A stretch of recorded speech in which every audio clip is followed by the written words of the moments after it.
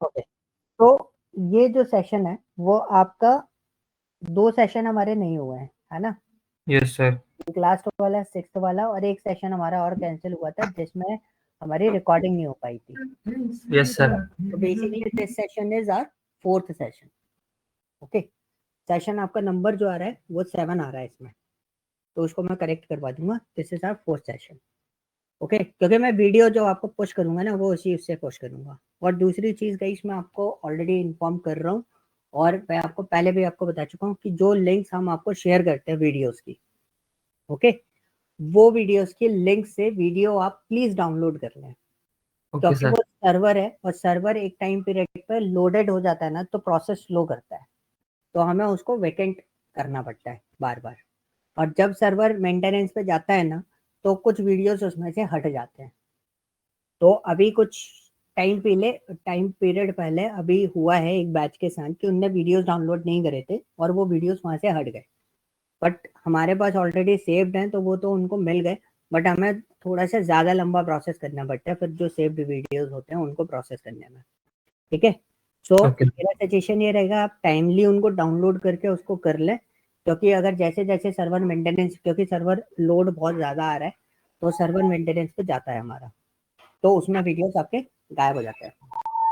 Okay, okay sir. Okay तो sir. इन चीजों से बचने के लिए we are using this facility कि आप डाउनलोड कर लें। Okay, so now okay we sir. Start text function. अब आपको जितने भी फंक्शन या जितने भी पार्ट्स या जितनी भी शीट मैं आपको दूंगा, वर्कबुक जितनी भी दूंगा, उसमें आपको ऐसे टॉपिक लिस्ट मिल जाएगी आगे। ठीक है, these are the topic list. तो यहाँ पे आपको टॉपिक लिस्ट मिल जाएगी और यहाँ से आप टॉपिक लिस्ट में आप ये देख सकते हैं क्या क्या फंक्शन हमने कवर अप करे हैं। ओके, तो मैंने वो फंक्शंस आपको लिस्ट में डाल रखे हैं जो फंक्शंस आपके सबसे ज्यादा यूजेस में आते हैं। ओके, और ऐसे फंक्शंस एक्सेल के अंदर हम बात करें तो 400 प्लस फंक्शंस हैं, तो बहुत सारे ऐसे फंक्शन हैं जो हमें रेगुलर यूजेस में नहीं आते। Okay, rare cases, rare situations आपकी ऐसी होंगी जब आपको वो डेटा प्रोसेस करना पड़ेगा, अदरवाइज ये वो फंक्शंस हैं वो आपको हर डेटा के साथ में प्रोसेस करने पड़ेंगे। ठीक है, तो जो फंक्शंस हमें रेयर केसेस पे यूज में आते हैं वो केसेस जैसे जैसे वो केसेस अटेम्प्ट होंगे हम उनको तब देखते जाएंगे, बट हमें ये जो फंक्शंस मैं आपको यहाँ पर बता रहा हूँ वो फंक्शंस आपको basically on a basic level भी बोलूँ या ऑन अ स्ट्रॉन्ग लेवल आपको आने चाहिए। That is pre request requirement for the excel purpose. Okay, वो फंक्शन नहीं भी आते होंगे तो कोई फायदा, कोई नुकसान नहीं है, बट इस पे आपको क्वेश्चंस अवेलेबल मिल जाएंगे। क्लियर, चलें अपन आगे। तो अब मैं आपको कुछ चीजें बताने वाला हूँ। पहला मैं आपको डेटा बता देता हूँ जो टेक्स्ट फंक्शन के लिए हम लोग यूटिलाइज कर रहे हैं। तो यहाँ पे डेटा में आप देखोगे मेरे पास जो डेटा है कि IMDb का डेटा है। IMDb पता है आप लोगों को क्या है? नाम तो सुना है सर, पर इतने DB, डिटेल्स में नहीं पता। यस, जिसमें आपको मूवी का पूरा डेटाबेस मेंटेन होता है और मूवी की डिटेल्स आपको देखने को मिलती है। या सर, वो रेटिंग की वेबसाइट है मूवीज की। यस, जिसमें आपको मूवी रेटिंग मिलेगी और that is on the universal website in all over the world, जिस पे आप या मूवी की रेटिंग के बेसिस पे यू कैन डिसाइड ये मूवी वॉचेबल है या फिर नहीं है। या या ठीक सर। है, तो यस सर। उसी से ये डेटा हमने उठाया है। ये डेटा आपका जैसे स्क्रैपर्स बनाते हैं, स्क्रैपर्स इज व्हाट पाइथन के थ्रू डेटा एक्सट्रैक्शन मेथड्स हम लोग डिजाइन करते हैं। तो वो डिजाइनिंग मेथड्स के through these are the data की बहुत सारे लोग अलग अलग डेटा यहाँ पे उठाते हैं। ठीक है, आपको ये ऐसे डेटाज आपको कैगल पे भी अवेलेबल मिल जाएंगे। So these are the datas. उस डेटा में आपको आईडी है, टाइटल है, मूवी लिंक है, डायरेक्टर्स के नेम है और ये कौन है, राइटर्स है। ओके, तो इन्हीं में से कुछ डेटा मैं उठा के वर्कआउट कर रहा हूँ। तो now we move to the first topic, that one is concat. Okay, इस पूरे टॉपिक का नाम होता है कॉनकैटिनेशन। कॉनकैटिनेशन के बारे में पहले कभी सुना है? कॉनकैटिनेशन क्या होता है? No sir. सर हाँ जी, प्रियांशु आपने सुना है? सब उसमें सुना है प्रोग्रामिंग लैंग्वेज में। प्रोग्रामिंग लैंग्वेजेस में, करेक्ट। सी पढ़ी है ना आपने, सी या सी प्लस प्लस? सी पर जावा पाइथन। हाँ, तो उसमें आपके पास एक स्ट्रिंग टॉपिक होता है, वो बहुत ये बड़ा सर स्ट्रिंग के टॉपिक अंदर ही होता है, होता है। Very important topic in every programming languages. ठीक है, यस सर। तो ये टॉपिक के अंदर कॉन्कैटिनेशन वर्ड बहुत ज्यादा यूज होता है। कॉन्कैटिनेशन का मतलब होता है किसी यानी कि पहली स्ट्रिंग में दूसरी स्ट्रिंग को जोड़ देना। ओके, स्ट्रिंग का मतलब क्या होता है, जैसे ये वर्ड लिखा हुआ है ना THE, जब वर्ड कॉम्बिनेशन ऑफ वर्ड होते हैं उसको हम क्या बोलते हैं, स्ट्रिंग बोलते हैं। ओके, तो जैसे अभी आपको डेटा जो है वो अलग अलग उसमें है, सेल में द इधर लिखा हुआ है, रॉकी इधर लिखा हुआ है, हॉरर इधर लिखा हुआ है, पिक्चर इधर लिखा हुआ है। मुझे क्या करना है, मुझे इनको जोड़ना है। अगर मुझे इनको जोड़ना है तो मुझे क्या बोलूंगा मैं इसको technically, I want to concatenate these words, यानी कि इन वर्ड्स को जोड़ने का काम करूंगा। ठीक है, अब कॉन्कैटिनेट में हमारे पास मैंने इसको दो दो पार्ट में डिवाइड किया जहां जहां मेरे को इस तरीके की जरूरत थी। ठीक है, सो पहला ऑप्शन होता है, यहाँ पे आप देखोगे ना तो एम्परसेंड का साइन लगा हुआ है, एंड का साइन। ये एक टेक्निक होती है जिसमें आप डायरेक्टली विदाउट एनी फंक्शन दो स्ट्रिंग को अटैच करने का काम करते हो। तो मैंने क्या करा, मैंने इक्वल टू लगाया, तो मैं the Rocky horror picture show को लेके चल रहा हूँ, मैंने इसको चूज किया। ठीक है, मुझे इसमें क्या अटैच करना है, रॉकी अटैच करना है, तो मैंने रॉकी को चूज किया। फिर मेरे को इसमें क्या अटैच करना है, मेरे को हॉरर को अटैच करना है, तो मैंने हॉरर को चूज कर दिया। फिर मैंने एंड फिर से लगाया, फिर मेरे को पिक्चर को अटैच करना है। तो आप देख रहे हो जब भी मैं जब भी मैं इसको अटैच करने के बोल रहा हूँ तो मैं उस टाइम पे क्या लगा रहा हूँ, एंड का साइन जरूर फिक्स कर रहा हूँ। और जैसे ही मैं एंटर करूंगा तो आप देखोगे द रॉकी हॉरर पिक्चर लिखा हुआ आ जाएगा। बट क्या इसमें कोई स्पेसेस आ रहे हैं, नहीं, इसमें कोई स्पेसेस नहीं आएंगे। तो ये बेसिकली क्या कर रहे हैं, विदाउट स्पेस उसको अटैच करके आपको दे देता है। ओके, अगर आपको विद स्पेसेस इसको अटैच करना है तो आप क्या करोगे, इक्वल टू लगाया, ये लिया, पहली स्ट्रिंग ले ली जो आपकी सेल में थी, और आपने कॉमा नहीं सॉरी क्या लगाएंगे, एंड लगाया। अगर मैं रॉकी को दे रहा हूं तो क्या हो रहा है, ये स्पेसेस नहीं ले रहा, तो मुझे एक स्ट्रिंग देनी पड़ेगी। क्या स्ट्रिंग देनी पड़ेगी, double quote space. Double quote space देने का मतलब क्या है, जो भी स्ट्रिंग होती है वो डबल कोट्स के अंदर स्टोर होती है। किसके अंदर स्टोर होती है, डबल कोट्स के अंदर स्टोर होती है। और फिर आप एंड करके उसमें क्या लगा दोगे, Rocky.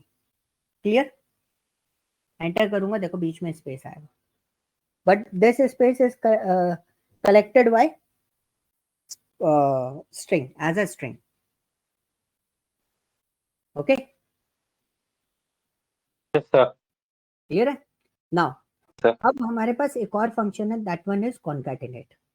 Concatenate is kind of function, ये एंड ऑपरेटर आप लगा रहे थे, उसी का एक ऑल्टरनेटिव आप समझ लो। मैंने यहाँ पे क्या लिख दिया, कॉन्कैटिनेट। अब मैंने यहाँ पे इसको चूज करा, टेक्स्ट वन लिखा है ना, पर आपको और टेक्स्ट चूज करना है, आप चूज कर सकते हो इसको वन बाय वन। ठीक है, तो आप इसमें क्या यूज कर रहे हो, फंक्शन यूज कर रहे हो। काम कैसे कर रहा है, जैसे ऊपर वाला काम कर रहा था वैसे ही ये काम कर रहा है। ओके, अब मैंने इक्वल टू लिया, यहाँ पे कॉन्कैटिनेट लिया, कॉन्कैटिनेट लेने के बाद फिर मैंने यहाँ पे क्या किया, उसमें स्पेसेस अटैच करने हैं। तो मैंने क्या करा, ये कॉन्कैटिनेट लिया, this is my data, comma, फिर मेरे को स्पेस चाहिए तो मैंने डबल कोट्स करके यहाँ पे स्पेस लगा दिया। ओके, सेकंड टेक्स्ट में मैंने क्या डाल दिया, स्पेस डाल दिया। फिर मैं कॉमा करूंगा, फिर मैंने रॉकी को एंटर कर दिया, फिर मैंने कॉमा किया, डबल कोट्स, फिर स्पेस दे दिया, फिर कॉमा किया, फिर मैंने हॉरर को एंटर कर दिया, फिर मैंने कॉमा किया, फिर स्पेस को एंटर किया, फिर मैंने कॉमा करा तो मैंने पिक्चर को एंटर कर दिया। तो अब मैंने क्या करा, B4 फिर स्पेस स्ट्रिंग दिया है, फिर C4 फिर स्पेस स्ट्रिंग दिया है। कुछ इस तरीके से इस पूरे डेटा को मैंने यहाँ पर डिजाइन किया। ओके, तो ये विद स्पेसेस आ गई। बट ये बहुत हैक्टिक सा हो रहा था, तो मैंने एक थॉट सोचा कि भाई अगर मैं इसके अंदर पूरी की पूरी रेंज पास कर दूं, मतलब मैंने ऐसे सिलेक्ट करके पूरा रेंज पास कर दिया, तो मेरा सोचने का तरीका क्या था कि भाई ऐसे रेंज पास करूंगा, चिपका के देगा पर डेटा तो देना चाहिए। बट कॉन्कैटिनेट ऐसा नहीं करता है, वो तब भी आपको क्या करेगा, अलग अलग डेटा अलग अलग सेल में डाल के दे देगा। क्लियर, तो ये कॉन्कैटिनेट में क्या होता है कि रेंज कॉन्सेप्ट काम नहीं करता। क्या कौन सा कॉन्सेप्ट काम नहीं करता, रेंज कॉन्सेप्ट काम नहीं करता। बट यही रेंज कॉन्सेप्ट आपका किसके साथ में काम करता है, कॉन्कैट के साथ। तो आप इसमें क्या लोगे, आप इसमें पूरी की पूरी रेंज भी पास कर सकते हो, और अगर आप चाहो तो कॉमा करके जैसे आप ऊपर कॉन्कैटिनेट को यूज कर रहे थे वैसे आप इसको यूटिलाइज कर सकते हो, ठीक है। अदरवाइज आप क्या कर सकते हो, पूरी की पूरी रेंज एक बार में पास कर सकते हो। तो देखो ये मैंने पूरी रेंज पास कर दी और एंटर कर दिया, तो मेरे को डेटा यहाँ पे कैसे आ गया, पूरा का पूरा चिपक के पूरा डेटा यहाँ पर आ गया। क्लियर, कोई डाउट? No sir. सर तो नाउ अब लेकिन एक चीज थी कि मैं चाहता था कि भाई बीच में स्पेसेस आए, तो कॉनकैट में भी एक प्रॉब्लम आ रही थी कि भाई बीच में स्पेसेस डालने हैं, तो आपको हमको क्या करना पड़ता, एक सेल फिर स्पेस फिर एक सेल फिर स्पेस फिर एक सेल फिर स्पेस, ऐसा डालना पड़ रहा था। लेकिन अभी हमारे पास उसका ऑल्टरनेटिव क्या है, टेक्स्ट जॉइन है, आपको ऐसा करने की जरूरत नहीं पड़ेगी। तो आप चाहते हो कि हर वर्ड के बाद एक स्पेस आ जाए, तो you can use what, text join. मैंने टेक्स्ट जॉइन लिया, डिलिमिटर लिया मैंने इसका स्पेस का। डिलिमिटर क्या होता है, दो वर्ड के बीच में जब आप गैपिंग देते हो तो उसको हम क्या बोलते हैं, डिलिमिटर बोलते हैं। आप चाहे डैश लगाओ चाहे कॉमा लगाओ चाहे किसी भी कुछ भी लगाओ, जब सेपरेटर यूज करते हो तो आप है ना वो लगाओ, क्या बोलते हैं, स्पेस, ठीक है। मतलब स्पेस इन द सेंस कोई भी डिलिमिटर आप यूज कर सकते हो। अब इसमें आपके पास दो केसेस आए, ignore empty cell, include empty cell. Ignore empty cell का मतलब क्या है कि अगर आपके पास यहाँ पर अगर कोई सेल एम्प्टी है, तो अगर एम्प्टी सेल होगी तो ये क्या दे देगा मुझे, खाली स्पेस दे देगा, उधर काउंटेबल मान लेगा उसको। और इग्नोर एम्प्टी सेल कर दूंगा तो क्या करेगा वो, उसको काउंटेबल नहीं मानेगा, जितना डेटा है उतना ही डेटा कलेक्ट करेगा। अब मैंने क्या करा, मैंने the Rocky horse horror picture show को मैंने पूरा ले लिया, ठीक है। देखो मैंने यहाँ पे क्या पास किया, रेंज पास किया, और मैंने क्या बोला, हर वर्ड के बाद क्या दे दो, स्पेस। अब देखो एंटर किया, देखो हर वर्ड के बाद क्या आ रहा है, स्पेस आ रहा है। लेकिन मैंने इसमें क्या कर रखा है, सेल को इग्नोर कर रखा है। और तो 90% केसेस में हम सेल को क्या करके रखेंगे, इग्नोर करके रखेंगे, ठीक है। लेकिन अगर अब हम देखें कि अगर मैं सेल को, अभी तो मैंने ट्रू लिया था ना, अगर मैं यहाँ पर टेक्स्ट जॉइन यूज करता हूँ और डिलिमिटर मैंने दिया और मैंने क्या बोला, मैंने इस पे एम्प्टी सेल को इंक्लूड करके चलूं, तो मेरा डेटा क्या होगा, तो आप देखोगे लास्ट वाली सेल है ना, उसके लिए एक स्पेस काउंट ले लेगा, मतलब उसके लिए भी एक स्पेस रखेगा वो। तो देखो उसके लिए भी एक स्पेस रखा, वो कैसे पता चल रहा है, देखो मैंने यहाँ पे लेंथ फंक्शन यूज कर रखा है, ठीक है।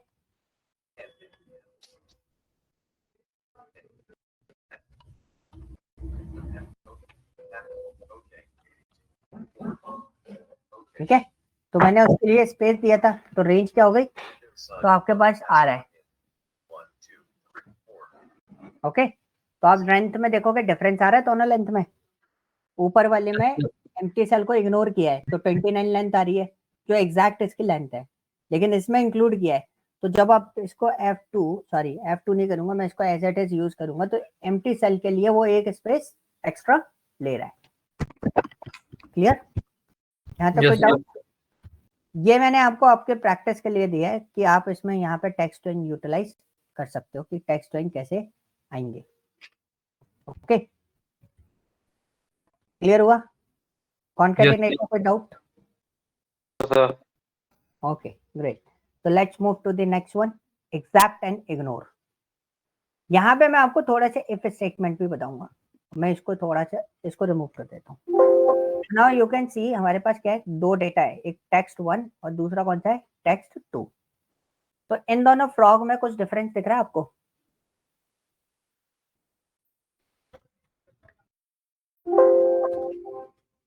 बोलो।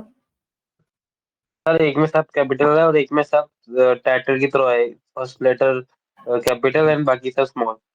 यस, तो अब क्या होता है ना, एग्जैक्ट का मतलब क्या होता है, जब एग्जैक्टली आप किसी चीज को मैच करते हो तो उसका मतलब क्या है, एज इट इज वो वैसा ही होना चाहिए जैसा उसमें लिखा हुआ है, ठीक है, उसमें कोई डिफरेंसेस नहीं होने चाहिए।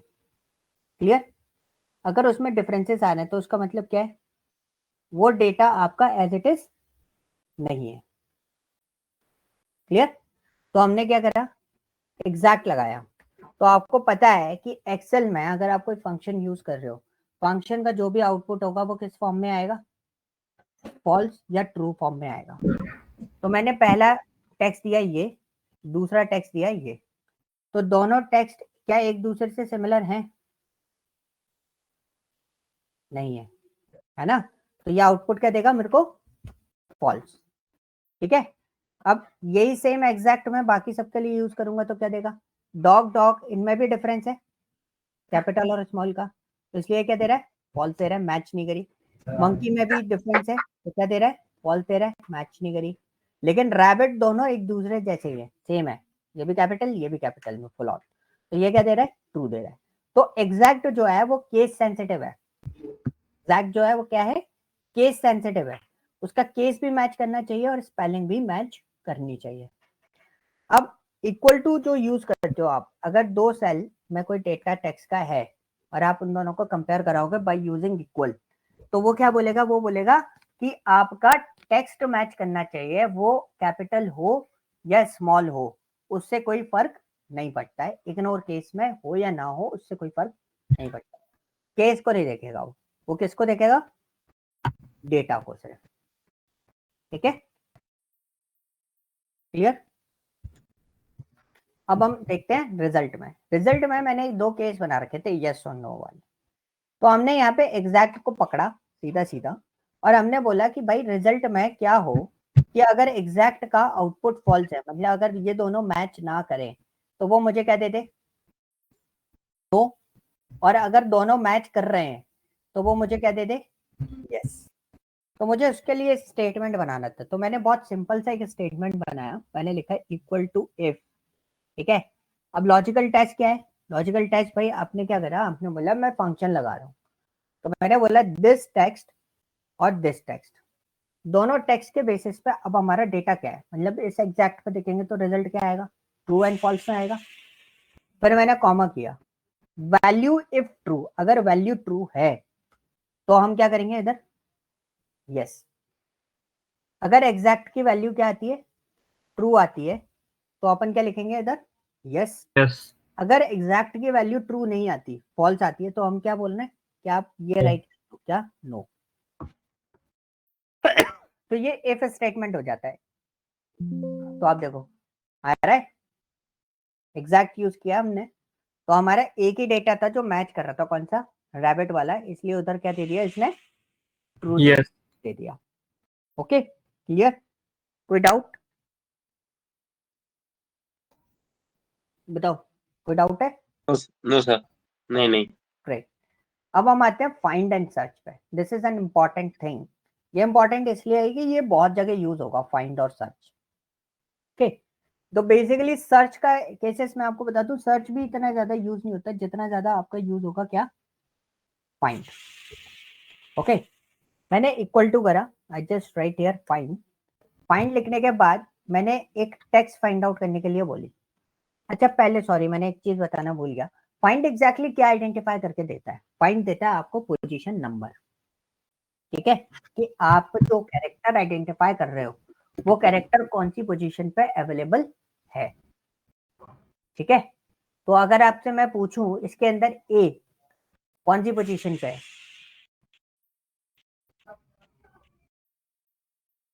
हाँ जी, ए कौन सी पोजीशन पे है ये बताओ।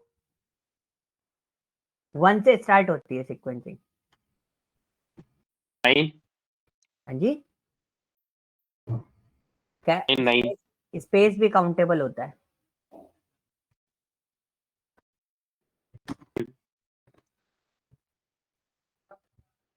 कौन सी पोजीशन पे है?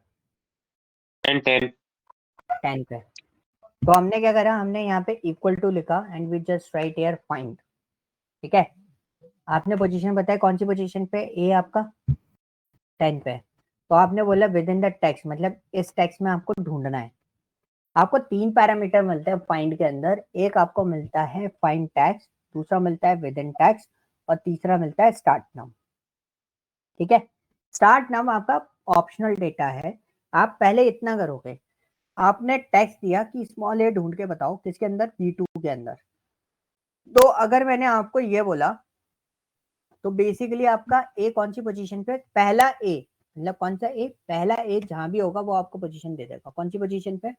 10 पे है। अब सेकंड ए कौन सी पोजीशन पे है? 15 पे, राइट। तो हमने क्या बोला, हमने फाइंड किया, हमने यहाँ पे बोला फाइंड करो ए को B2 के अंदर, हमने एंटर करा, वो 10 दे रहा है। तो भाई आप सेकंड डे कैसे ढूंढे? ऐसे तो हम ढूंढ नहीं सकते। तो उन्होंने बोला कि भाई आपके पास दूसरा, हमने आपको एक ऑप्शन दिया स्टार्ट नाम का, कि आपको ढूंढना कहाँ से स्टार्ट करना है। तो अगर आपने यहाँ पे दे दिया 10, तो इसका मतलब क्या हो गया, 10th पोजीशन से ढूंढना स्टार्ट करो। और 10th पोजीशन से अगर मैं ढूंढूंगा तो मेरे को ए कहाँ मिल जाएगा? 10th पोजीशन पे ही। लेकिन मुझे ढूंढना कहाँ है? 10th पोजीशन के आगे से। तो मैं एक बढ़ा के पोजीशन दूंगा, क्योंकि 10 पे मेरा क्या है, ऑलरेडी ए है। तो पहला वाला ए 10th पोजीशन पे, दूसरा वाला ए कहाँ से ढूंढेंगे हम? उस पोजीशन के आगे से। तो हमने 11 दे दिया, एंटर किया, तो पोजीशन क्या आई? 15। ठीक है, क्लियर। अब हम यहाँ पे आते हैं। तो भाई ये तो चलो ये चीज तो समझ में आ गई। तो मेरे को हर बार क्या ए इस तरीके से ढूंढना पड़ेगा? नहीं। अब हम कोई डायरेक्ट फंक्शन फॉर्मेट बनाने की कोशिश करते हैं। मैंने यहाँ पे दे दिया स्मॉल ए ढूंढो, कौन सा? सेकंड वाला। आपने बोला B2 में मिल जाएगा, बट अगर मैं इतना करता हूं तो वो मुझे कौन से ए की पोजीशन देगा? पहले वाले ए की पोजीशन देगा। और सेकंड वाले ए के लिए मुझे क्या चाहिए? स्टार्ट नम। और मुझे तो पता नहीं है। तो मैंने एक अंदर एक और फाइंड लगा दिया। तो मैंने सोचा कि भाई ये वाला जो फाइंड होगा ना, वो मुझे पहले ए की पोजीशन देगा। अगर ये वाला फाइंड जो अंदर मैंने लगाया स्टार्ट नम की पोजीशन पे, जो मैंने फाइंड लगाया है, अगर वो मुझे पहले ए की पोजीशन दे रहा है, तो मैंने बोला उसमें +1 कर दो। जो भी पहले ए की पोजीशन आएगी उसको एक बढ़ा दो। एक बढ़ा देंगे, वो 10 की जगह कितनी हो जाएगी? 11। तो बाहर वाला जो फाइंड है उसके लिए एग्जैक्टली स्टार्ट नम कितना जाएगा? 11। तो वो हमेशा क्या ढूंढ के देगा मुझे? सेकंड ए की पोजीशन। क्लियर, आगे चलें। अब मुझे थर्ड ए की पोजीशन ढूंढनी है। थर्ड ए की पोजीशन ढूंढनी है, तो तीसरा ए ढूंढना है, तो कितने फाइंड लगेंगे? 3। तो पहला फाइंड लगाया P2, स्टार्ट नम पे गए। अब मेरे को पोजीशन कौन सी चाहिए? सेकंड वाले ए की पोजीशन आगे हो, सेकंड वाले ए की पोजीशन के आगे। तीसरा फाइंड। दूसरा फाइंड लगाया, मैंने उसको बोला कि आप B8 ढूंढो B2 में। ये अभी कौन सा ढूंढ रहा है? अभी पहला ही ढूंढ रहा है, लेकिन मैंने फिर से एक कॉमा लगा दिया। फिर स्टार्ट नंबर मैंने दिया फाइंड। तो मेरा अंदर वाला जो सबसे अंदर वाला फाइंड है वो मुझे देगा पहले ए की पोजीशन। और मैंने बोला जो पहले ए की पोजीशन आएगी उसमें एक बढ़ा दो। एक बढ़ा देंगे तो उसके अंदर वाले फाइंड के पहले एक और फाइंड लगाता, वो मुझे कौन सा देगा? सेकंड ए की पोजीशन। अब हमने बोला जो सेकंड ए की पोजीशन आएगी उसमें भी एक बढ़ा दो। तो जब सेकंड ए की पोजीशन आगे बढ़ जाएगी तो 15 की जगह कितने से काउंट होगा? वो 16 से। तो वो मुझे कौन सा दे देगा? थर्ड ए की पोजीशन दे देगा। ओके, ठीक है। अब हम यहां तक तो चीजें क्लियर हो गई। अब हमने देखा कि भाई फिर सर्च का क्या काम है। तो सर्च में भी आप सेम ही चीज कर रहे हो? हमने बोला यस, सर्च में भी हम सेम चीज कर रहे हैं। तो रिजल्ट ऑलमोस्ट आपका क्या होगा? सिमिलर आएगा। तो हमने ए दिया, हमने यहाँ पे बोला B2 और उसको बोला 11 से ढूंढो, तो ये भी 15 दे रहा है। फिर हमने बोला कि सर्च लगाओ, यहाँ पे भी हमने वही टेक्निक अपनाई जो हमने फाइंड में अपनाई थी। ठीक है, तो हमने यहाँ पे भी फिर एक सर्च दिया और हमने टेक्निक अपनाने की कोशिश करी। B2 ब्रैकेट क्लोज +1 एंटर किया, यस ये भी 15 आ गया। फिर हमने बोला कि भाई थर्ड ए की पोजीशन निकालनी है, तो हमने बोला कि जो फाइंड में टेक्निक अपनाई थी वही टेक्निक आपको यहाँ पर अप्लाई करनी है, उसके अलावा कोई और टेक्निक काम नहीं करती। ठीक है, बस फाइंड की जगह क्या लगा रहा हूं मैं? सर्च लगा रहा हूं।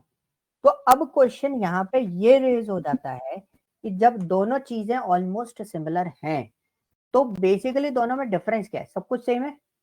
तो इसमें एक ही डिफरेंस है, यहाँ पे लिख रखा है केस और इग्नोर केस। तो हमने बोला कि चलो ठीक है। तो हमने बोला कि क्या एक वर्ड की पोजीशन निकाल सकता है? तो हमने बोला नहीं, ये वर्ड की पोजीशन नहीं निकालता, बस आपका वर्ड जहां से स्टार्ट हो रहा है उसकी स्टार्ट पोजीशन दे देगा। तो मेला मैंने वर्ड लिखा है इसके अंदर, कौन सा वर्ड लिखा है? मेला। तो मेला जो है वो कौन सी पोजीशन से स्टार्ट हो रहा है? 7th पोजीशन से स्टार्ट हो रहा है। तो हमने सेम चीज सर्च में यूज करी।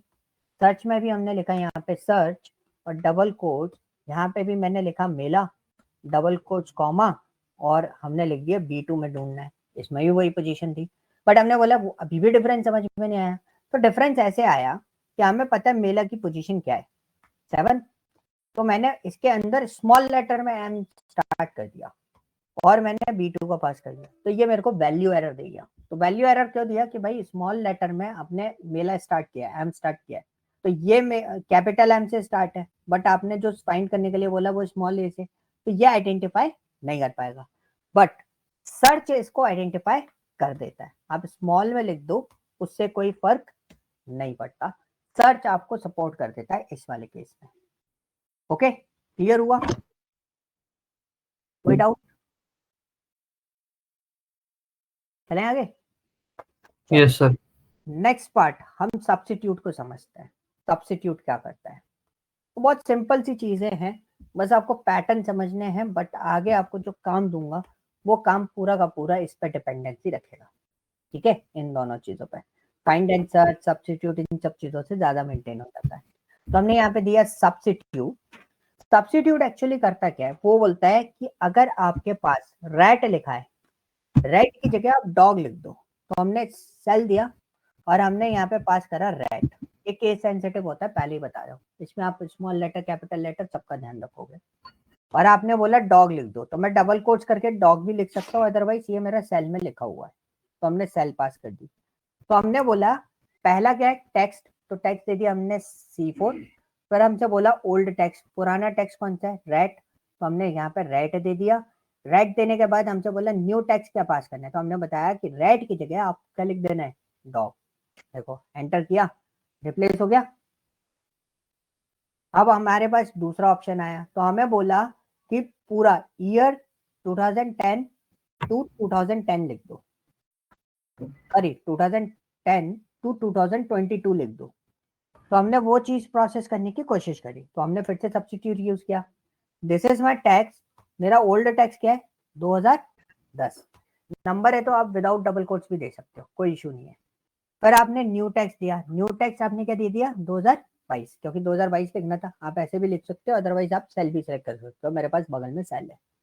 मैंने एंटर किया, तो लेकिन कुछ देखने को पता चला क्या हुआ, मेरी रिक्वायरमेंट थी 2010 से 2022, लिखा हुआ क्या आ रहा है? 2022 टू 2022, ठीक है? तो अब सब्स्टिट्यूट क्या कर रहे हैं, जितनी जगह उसको 2010 मिला उतनी जगह उसने 2010 को क्या बना दिया? 2022 बना दिया।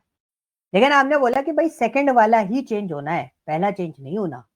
तो हमने क्या करा, हमने फिर सब्स्टिट्यूट यूज किया। हमने बोला ठीक है सेकंड वाला ही चेंज करेंगे। तो हमने उसको बोला कि 2010 ढूंढो, उसको रिप्लेस कर दो 2022 से। आप चाहो तो सेल भी सिलेक्ट कर सकते हो बगल वाली, लेकिन हमारे पास एक और ऑप्शन था इंस्टांस नाम। तो हमने उसको बताया कि सेकंड इंस्टांस मतलब कौन सा? 2010 दूसरा वाला चेंज करना है, तो हमने 2 लिख दिया।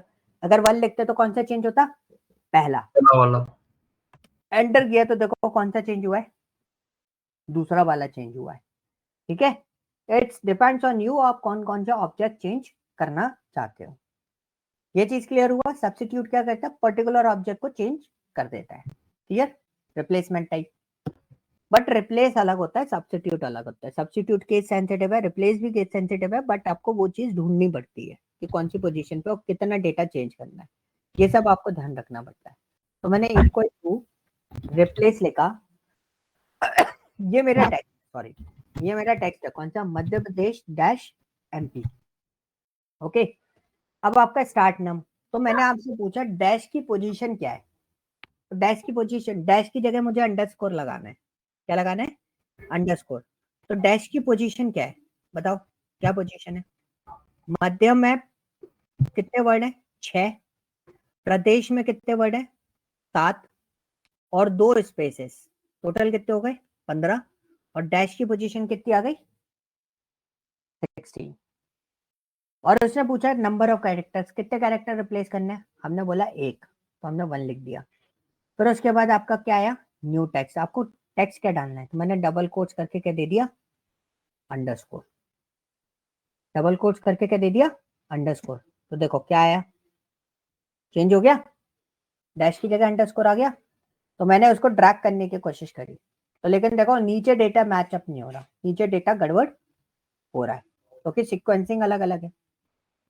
तो इसको करेंगे कैसे, इसको वन टाइम में सॉल्यूशन हमें फाइंड दे देता है। हमने यहाँ पे लिखा replace, this is my old text, और मैंने स्टार्ट नम पे लिखा फाइंड करो। क्या फाइंड करना है, ये डैश। क्या फाइंड करना है, डैश, और विद इन द टेक्स्ट इसी के अंदर। तो ये बाय डिफॉल्ट क्या देगा, इसकी स्टार्ट पोजीशन दे देगा। और आपने बोला है एक ही डेटा रिप्लेस करना है, किससे रिप्लेस करना है, डबल कोट्स अंडरस्कोर।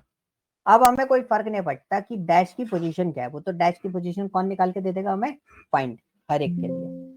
हमने एंटर करा, देखो एमपी तो हम पहले भी चेंज कर सकते हैं, बाकी सब में भी चेंज हो रहा है। अपनी जिस पोजीशन पे चेंज होना चाहिए था उसी पोजीशन पे आपके ये डैशेस जो है वो अंडरस्कोर में कन्वर्ट हो गए। Okay, clear, any doubt? No sir. Clear है ना, ठीक है। तो दिस इज अ पॉइंट। अब मैं एक और पॉइंट पे आ रहा हूँ, this is also an important topic. उसके बाद फिर मैं आपको टास्क असाइन करूंगा, ठीक है। तो मैं बस इतने पार्ट में काम करूंगा। ये दोनों तो मैंने लेंथ के लिए बनाए हैं, तो इसके पोर्शन में आपको बता दूंगा ये मैंने चेक क्यों किया है, ठीक है। तो मेरे पास ये एक्चुअली टाइटल्स थे, दिस इज माय डेटा, ठीक है। अब इनमें मैंने एक चीज देखी कि भाई इसमें कहीं ना कहीं एक्स्ट्रा स्पेसेस अवेलेबल है, ठीक है। कहीं एक्स्ट्रा स्पेसेस हैं, कहीं एक्स्ट्रा स्पेसेस नहीं है। तो मैंने इनका लेंथ निकाल लिया यहाँ पर, ठीक है।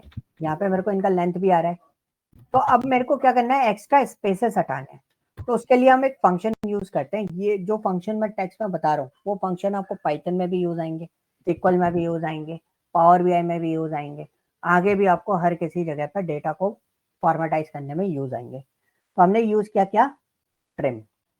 ट्रिम बेसिकली क्या करता है, जो भी आपके मतलब आपके टेक्स्ट के अंदर एक्स्ट्रा स्पेसेस होंगे, चाहे आगे हो या पीछे हो, कितने भी हो, तो वो एक्स्ट्रा स्पेसेस हटा देगा, सिंगल एक स्पेस को काउंटेबल रखेगा।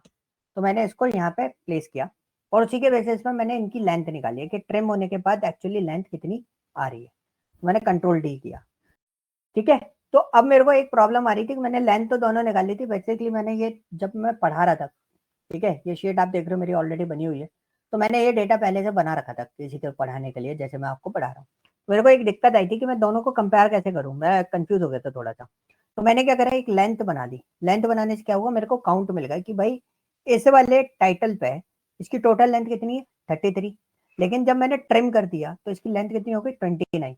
तो मतलब 29 माइनस 33 कितना हुआ, तो हम इधर कहते थे इक्वल टू 33 माइनस 29।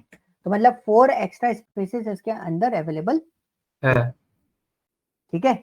कितने स्पेसेस अवेलेबल थे, 4 स्पेसेस एक्स्ट्रा अवेलेबल थे इसके अंदर।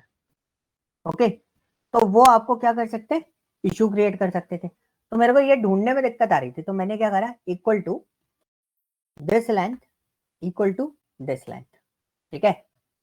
अगर लेंथ इक्वल होगी तो वो मुझे क्या दे देगा, ट्रू, अदरवाइज मुझे क्या दे देगा, फॉल्स। तो मुझे इसको देख के पता चल गया कि यहाँ पे कौन कौन सा डेटा मेरा फॉल्स है। मतलब ये जो डेटा है ना, इसमें आप देखोगे ना तो इसमें डेटा बहुत ज्यादा ग्लिचेस अवेलेबल है, अलग अलग डेटा है।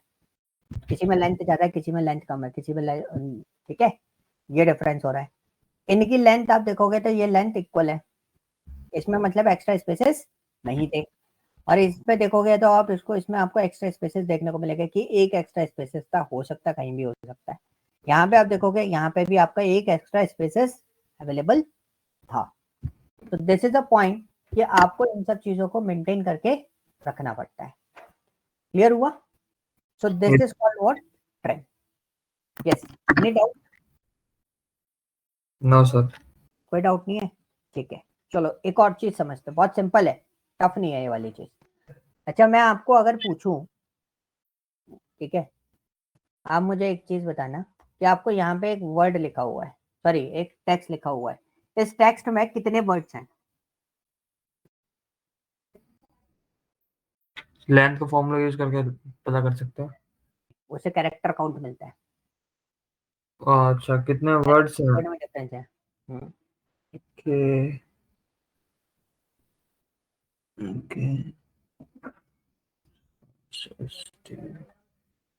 ट्रेन में है।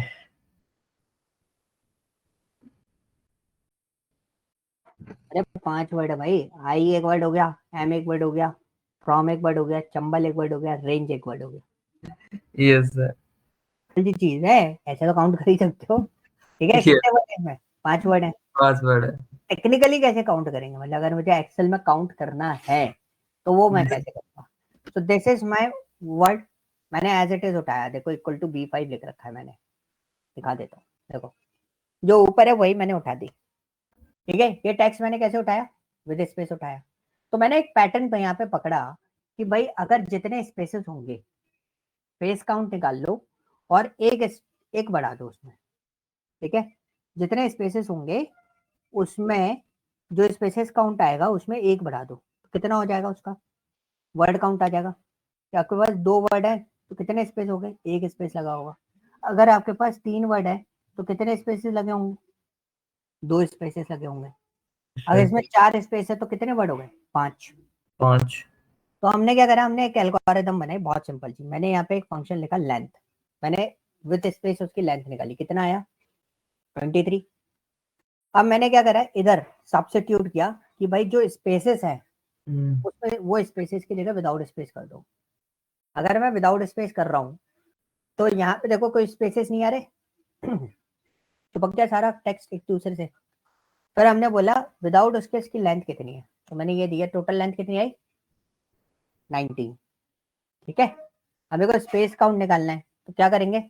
With space length minus without space length, कितने आया? 4। और हमने वर्ड काउंट में क्या बोला था कि ये जो काउंट है उसमें +1 कर दो, तो ये कितना हो गया? 5। Okay, yes sir. अब मेरे को सिंगल टाइम में ये पूरा डेटा बनाना है, तो बहुत सिंपल है। मैंने यहाँ पे लिखा लेंथ, लेंथ किसका निकालना है? विद स्पेस वाले का। उसमें से आपने बोला कि माइनस कर दो किसको? विदाउट स्पेस की लेंथ को। तो मैंने लेंथ लगाया, फिर मैंने इधर लिखा सब्स्टिट्यूट। ठीक है, and this is my text. उसको टेक्स्ट को रिप्लेस कैसे करूंगा? उसमें से स्पेस हटाना है, तो मैंने स्पेस वाला सब्स्टिट्यूट बंद कर दिया। तो ये मेरा क्या आ गया? स्पेस काउंट आ गया। फिर आपने बोला जो स्पेस काउंट आएगा उसमें क्या कर दो? +1 कर दो। हमने ओके करा, तो ये कितना हो गया? 5। ठीक है, अब आप इसमें कितने भी चीजें बढ़ा दो, मैंने एक स्पेस दिया और मैंने यहाँ पे लिख दिया ग्वालियर। ठीक है, एंटर किया, कितने वर्ड हो गए अब मेरे पास? 6। 5। 6 हुए ना ग्वालियर ऐड ऑन करने के बाद। देखो यस कितने सर। वर्ड आते हैं यहाँ पे? 6 आ गए।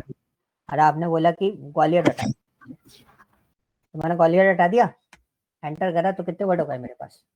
5। 5। तो दिस इज अ वे कि हम किस तरीके से वर्ड काउंट निकालते हैं। Okay, okay. अब मैं आपको आगे, मैंने अभी मैं यहीं पर रुकूंगा। यहाँ पे मैंने आपको 2 टास्क दिए हुए हैं, आपको ये चीज फॉर्मेटाइज करनी है और इसमें जो क्वेश्चन पूछा गया है, जो टाइटल लिखा हुआ है, वो टाइटल के अकॉर्डिंग आपको रिजल्ट यहाँ पे जनरेट करना है। Okay, okay sir. मैंने आपको प्रोसेस बता दी है कैसे होता है, करना आपको है। क्लियर हुआ? ओके। कोई डाउट? No sir. कोई डाउट नहीं है? प्रियांशु कोई डाउट? सर कोई डाउट नहीं है? ठीक है, नहीं। 1 मिनट तो मैं आपको ये फाइल में आप लोगों को शेयर कर रहा हूँ। आप लोग इस फाइल को देखोगे, देखने के बाद आप मुझे बताओगे कि अगर आपको कोई डाउट या कोई प्रॉब्लम होती है तो वी विल। ओके, मैंने फाइल आपको भेज दिया है, उसमें टास्क है, वो आप टास्क परफॉर्म करना है। क्लियर? Okay sir. ओके, ठीक है, तो इसको आप प्रोसेस करना। 1 मिनट गाइस।